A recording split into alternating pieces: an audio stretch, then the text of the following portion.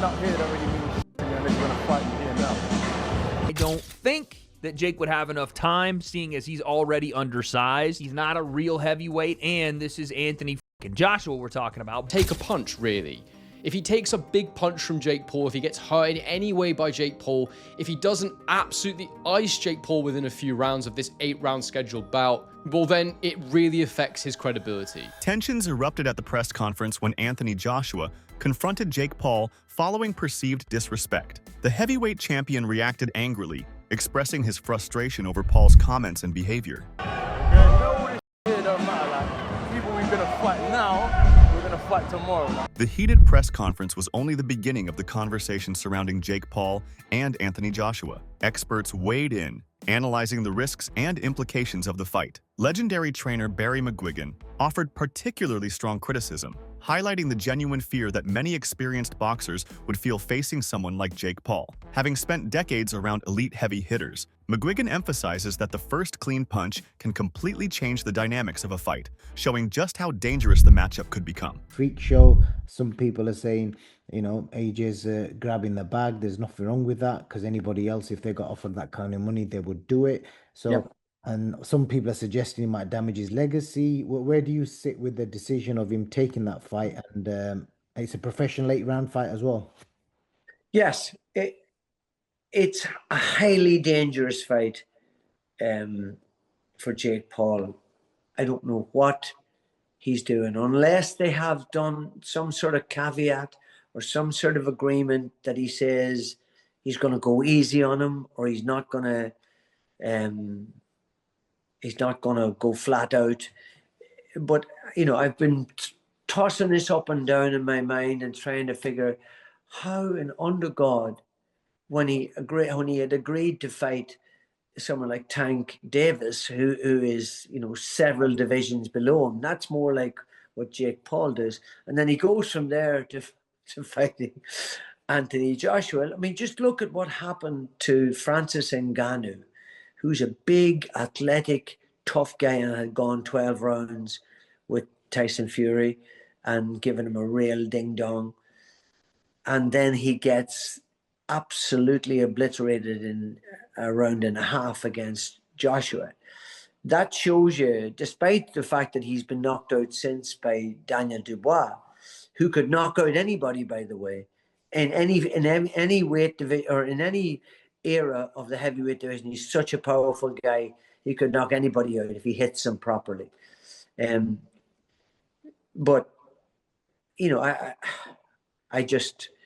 it just seems utter madness and utter madness. Wade, host of the Wade Concept podcast, reveals that Jake Paul's secret weapon for the Anthony Joshua fight has been exposed. He explains that Paul has been sparring with multiple heavyweights to replicate Joshua's size, height, and experience. These sessions allow Jake to practice handling real heavyweight power while sharpening his timing and strategy. By training against opponents who mimic Joshua's attributes, Paul is preparing himself for the unique challenges he will face in the ring. To be for an Anthony Joshua fight, if you're Jake Paul, who hasn't fought someone in the top, realistically, the top 50, I know Tommy Fury is ranked in the top 50, but anyone that is a top 50 fighter, even in your weight class, let alone a top 10, top 5 heavyweight in Anthony Joshua, who was a 2-time heavyweight champion of the world. Can you get prepared for a guy like that if you brought in, let's just say, a deity, freaking Zeus, Hercules, whoever, to prepare you? Could you do it? I don't think that Jake would have enough time, seeing as he's already undersized. He's not a real heavyweight, and this is Anthony fucking Joshua we're talking about. But I will say there were rumors going around that Jake was not taking this fight as seriously as he needed to. That Jake was dilly-dallying, flying to go see F1 in Miami after his press conference, and then going to see his girl all the way in the Netherlands if she's trying to qualify for, I think, the Olympics or something else. There was this post from his girlfriend. I don't know if, again, this was in the Netherlands or where it was at, or maybe this is an old picture, but Jake flying around the world when he has a fight in about 4 weeks is probably not the greatest look, and it doesn't seem to make it look like he's taking it as serious as he needs to, locked away in the gyms of Puerto Rico. Now, again, that could have been a different picture. That could have been something else, but that's pretty shocking to see. With that being said, I want to push back on that because I do think Jake is taking this as seriously as he absolutely needs to, because this is not only the toughest fight of his career, it's the most dangerous to the longevity of his career, to his health and well-being. And so to do something like that, you need to bring in the best help possible to get ready. We already heard that Jake Paul was preparing for Anthony Joshua by sparring the guy that Anthony Joshua was about to fight in Cassius Chaney. This gentleman right here, who was 24-3 from B-More, aka the DMV, and apparently is a top 100 heavyweight, even though it doesn't say he's actually a top 100 heavyweight. But that was what he was being marketed as by Eddie Hearn and AJ. Spencer Oliver, a former professional boxer and analyst, approaches the upcoming Anthony Joshua versus Jake Paul matchup from a unique perspective. Speaking on a panel of experts, Oliver suggests that this bout carries more than just competitive stakes. It has symbolic significance for the sport itself. He draws a parallel to Muhammad Ali's era, noting that Ali often took unconventional fights that captured public imagination and drew attention beyond regular boxing audiences. According to Oliver, if Joshua agrees to face Jake Paul, he would be stepping into a moment reminiscent of Ali, where entertainment value and spectacle intersect with professional sport.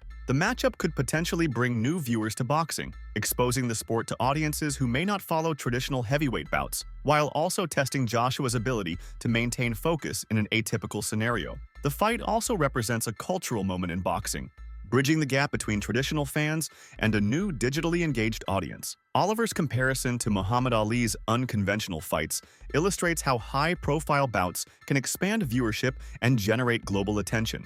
By entering this arena, Joshua is engaging with a broader demographic, including younger fans who may follow Jake Paul primarily through social media platforms. This crossover effect can elevate the sport's visibility, potentially increasing revenue streams and sponsorship opportunities. Analysts suggest that the cultural impact could be as significant as the fight itself, positioning it as a landmark event in the ongoing evolution of professional boxing. Anthony Joshua goes in, pops him a few times in the face, walks out of 150 million quid. No one will remember the fact he fought Jake Paul. They'll remember the fact he knocked Klitschko out in Wembley in 2017. Totally agree with that. So I'm kind of, whilst I don't like it, and I don't like the way that Jake Paul gravitates to these brilliant athletes and like a moth sucks the life out of them because he gets a benefit of association, because I think they deserve all the association.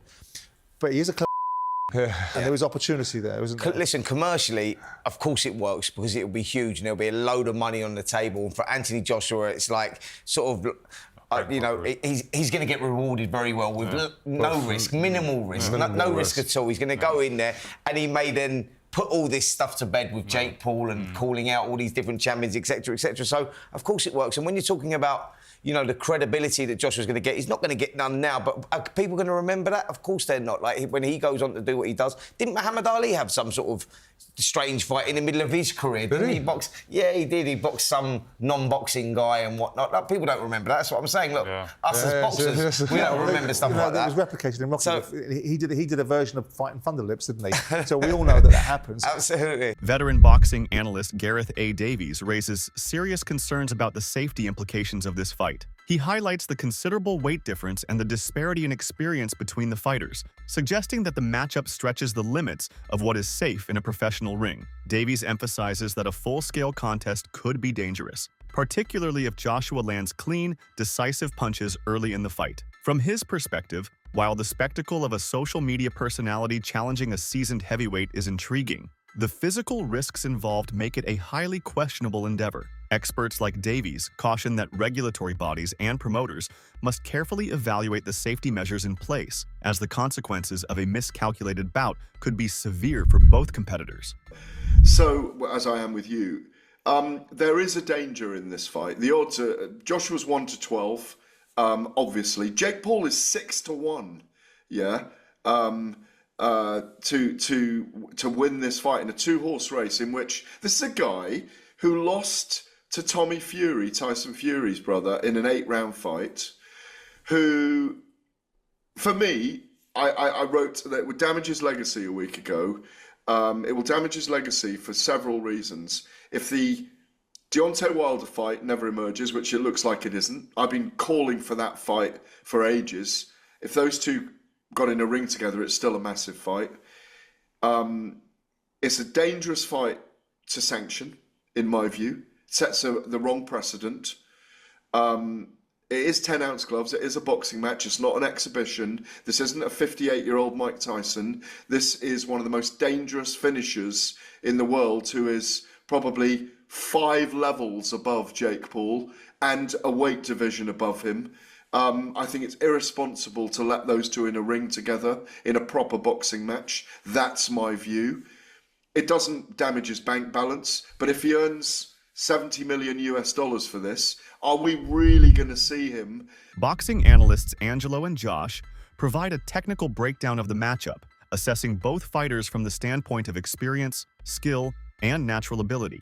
They assert that Jake Paul, while courageous, is not at the same level as elite heavyweights like Anthony Joshua or Deontay Wilder. Joshua and Wilder are part of an exclusive class of boxers whose timing, precision, and raw power can decisively change the course of a fight in a single moment. Angelo and Josh stress that these qualities are developed through years of rigorous training and natural physical advantage, traits that smaller or less experienced fighters cannot replicate. They note that bravery alone does not equate to skill, and while Paul's confidence is notable, it does not substitute for the depth of preparation and instinct that professional heavyweights bring to the ring. I just don't think that he could compete at the highest level, and I don't think he'd beat the top 5, top 6 guys. But that in that weight class is where he'd be at, like say 180, 188 or 189, somewhere around there is where he'd probably compete. There's not a lot of talent there though, so he might be pretty good in those weight classes. Him competing in the heavyweight division against like Deontay Wilder or Anthony Joshua or anybody else, no, he gets annihilated. I'm very surprised he signed this fight. I was shocked he signed this fight. I texted my buddy Bo because Bo follows boxing really well, and I texted him. I was like, "Dude, we might see a death." And he said the same thing. He's like, "I cannot believe he agreed to that fight." But the numbers, the numbers that are, nobody knows the true payouts. They're saying it's around $200 million that they're splitting evenly. So they're getting about $100 million each. He said that it was $267 million. So I don't know who you believe or don't believe, or it could be they're splitting 200 and the 67 delta, they had to pay DAZN because Anthony Joshua has a contract with DAZN. And this fight's going to be on Netflix. DAZN. It's DAZN. So they, which makes, how the hell? Please stop saying DAZN, okay? That's like Saint Benoit. Okay. Where's the O in DAZN? It's DAZN. Well, there's no O or no E at the end.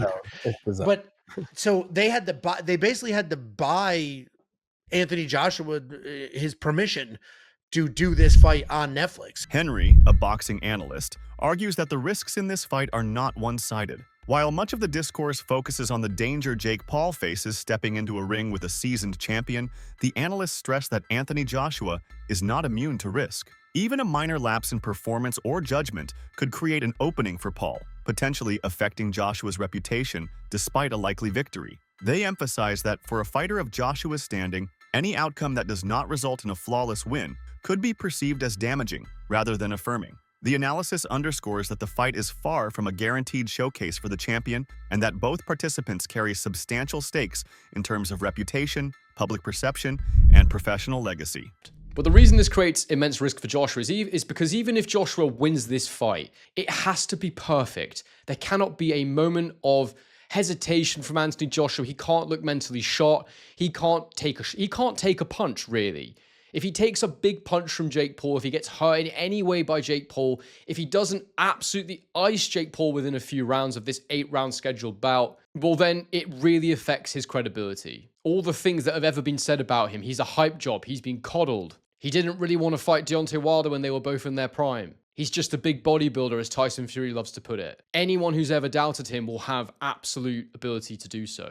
And so the fact that this is actually a sanctioned fight, it tells me that Anthony Joshua cannot be going in there or will not go in there and try to carry Jake Paul. Otherwise, it might as well just be an exhibition. If he does go in there and carry Jake Paul, my fear for him is that most people will not be aware that that's what he's doing. Reputationally, it would just cause serious damage. And like I say, I think the only way he comes out of this unscathed reputationally is by going in there and securing a clean knockout. Anthony Joshua can't do anything to boost how people view him as a boxer in this fight. All it can do is damage him unless he's punch perfect. He's fighting someone who realistically has nothing to lose and absolutely everything to gain. And that in itself can be dangerous. It can be risky. And given that Jake Paul has achieved so little, given that Anthony Joshua wants to remain relevant and credible, so it seems, because he has a couple of potentially big fights left, especially against Tyson Fury, why is he doing this? He doesn't want to jeopardize that, surely. Well, I can tell you exactly how I think he has rationalized this in his mind. The first thing is that he's going to get paid an absolute shed load of money. Around 50 million is what we're hearing. I've heard 50 million pounds, 50 million USD, but whatever happens, it's a significant amount of cash. Possibly will be one of his highest ever career paydays, possibly similar to what he'd make for a Tyson Fury fight. But for what? Like 1% of the risk? I don't know. I don't know how to put it in numerical form, but it's not difficult for him. Promoter Eddie Hearn discusses the strategic and financial dimensions of the fight, explaining why the offer on the table for Anthony Joshua is difficult to refuse. Hearn notes that Joshua has already accomplished nearly every milestone achievable in the heavyweight division. At this stage of his career, the substantial payday becomes a logical consideration, offering a financial reward that far exceeds traditional bouts. Hearn frames the decision as a calculated business choice, highlighting that in boxing, strategic opportunities often intertwine with monetary incentives. For Joshua, the fight is less about necessity and more about leveraging his status to maximize earnings while maintaining visibility, turning the matchup into a blend of sport, entertainment, and financial planning. Paul obviously was reported yesterday by the Ring by Mike Coppinger that one's in the works and looking likely for December. What can you tell me? Yeah, not yet. I mean, there has been conversations, obviously. I think it comes down to how true, they are. Jake Paul is that he actually wants to fight. I mean, he's a madman if he wants to fight. But for some reason, and he thinks he can beat AJ. And I have to be honest, we were going to have a run out in December over 8 rounds against a bloke you've never heard of. And we may end up having a run out against Jake Paul for a career high payday. I don't see how we can turn it down. When I asked you about it a couple of days ago, you said that at that time you never really got into the financials. Have those been discussed now? Have you discussed the financial element? Yeah, there has been some conversations around that, and it is, it's a huge amount of money. And I think AJ would be mad if he didn't do it, and I think he will do it if Jake Paul is genuine. We may wake up tomorrow with these people and they've announced another fight. Honestly, anything could happen. So I still can't get my head around the fact that this guy wants to challenge AJ. Listen, respect to him if it's true, but we shall see. To end on that note, I spoke to Alfie Sharman earlier. He said that himself or DAZN have had no conversations about AJ potentially taking that fight. Obviously, AJ is exclusive to DAZN. What's the situation with regards to that? Because I know apparently the fight's done. Obviously, it's not done because those conversations have to take place. I'm very confident that I can have some positive conversations with DAZN. Obviously, we'll be on a clock, but it's a 50-50.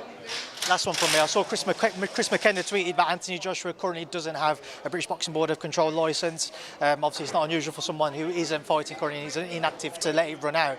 But he would have to apply for one to face Jake Paul again, and then they'd have to approve a fight. Do you think that'd be a stumbling block? It's actually not true. Former world champion David Haye brings attention to the inherent unpredictability of boxing. He warns that despite Joshua being heavily favored, the outcome of any fight is never guaranteed once the first bell rings. Haye emphasizes that underestimating an opponent, regardless of their background or prior experience, can lead to unexpected results. While acknowledging that Jake Paul faces a significant challenge, Haye stresses that professional fighters must always respect the capabilities of anyone entering the ring.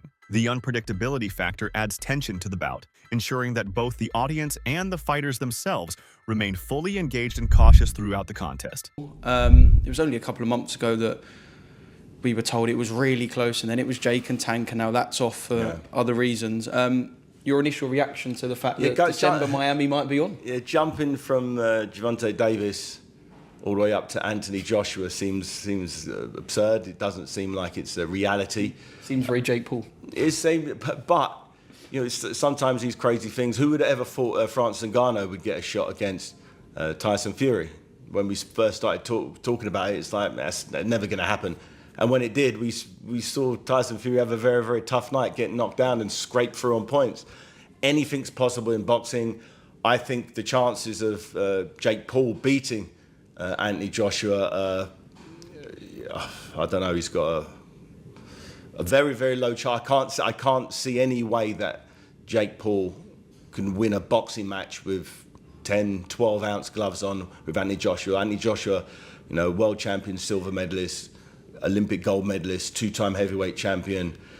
He's a top 10, top 5 in some people's arguments, heavyweight, and he hasn't gone that far over the hill. He's not Mike Tyson, nearly 60 years old.